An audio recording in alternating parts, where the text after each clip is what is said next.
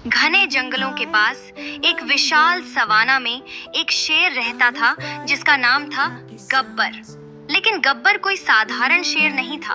वह अपनी ताकत या दहाड़ के लिए नहीं बल्कि अपनी आलस के लिए मशहूर था।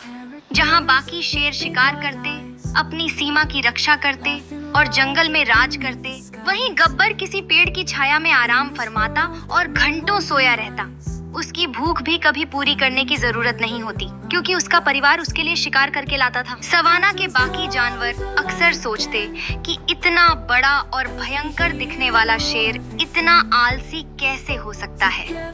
वे उसे दिन रात चट्टानों पर लेटे हुए आलस से जम्हाई लेते हुए देखते, जैसे उसे आसपास की किसी भी चीज की चिंता न हो।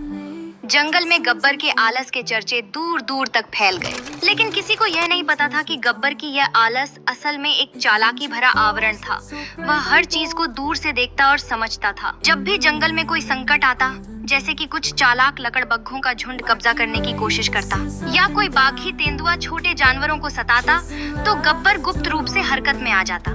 अपनी अप्रत्याशित गति और ताकत के साथ वह दुश्मनों को खदेड़ देता और अपने परिवार और जमीन की रक्षा करता। पर किसी ने उसे लड़ते हुए नहीं देखा।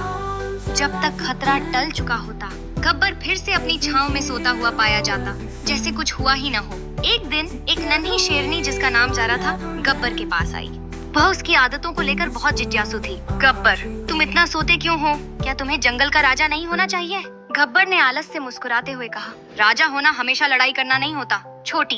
कभी कभी असली ताकत ये जानने में होती है कि कब हरकत में आना है और कब आराम करना। मैं यहाँ से सब कुछ देखता हूँ और मुझे सवाना के बारे में उन शेरों से ज्यादा पता है जो हमेशा दौड़ते रहते हैं। जारा उस समय गब्बर की बात नहीं समझ पाई, लेकिन जैसे जैसे वह बड़ी हुई, उसने देखा कि गब्बर आलसी शेर होने के बावजूद हमेशा खतरे से एक कदम आगे होता था। वह केवल अपनी ताकत के लिए राजा नहीं था, वह बुद्धिमान, धैर्यवान और जानता था कि अपनी ऊर्जा सही समय के लिए कैसे बचा कर रखनी है। इस तरह गब्बर ने सवाना पर एक संतुलन के साथ शासन किया, आराम और सही समय पर कार्रवाई। उसने युवा शेरों को सिखाया कि असली ताकत सिर्फ ताकतवर होने में नहीं का, बल्कि समझदारी और सही फैसले लेने में होती है।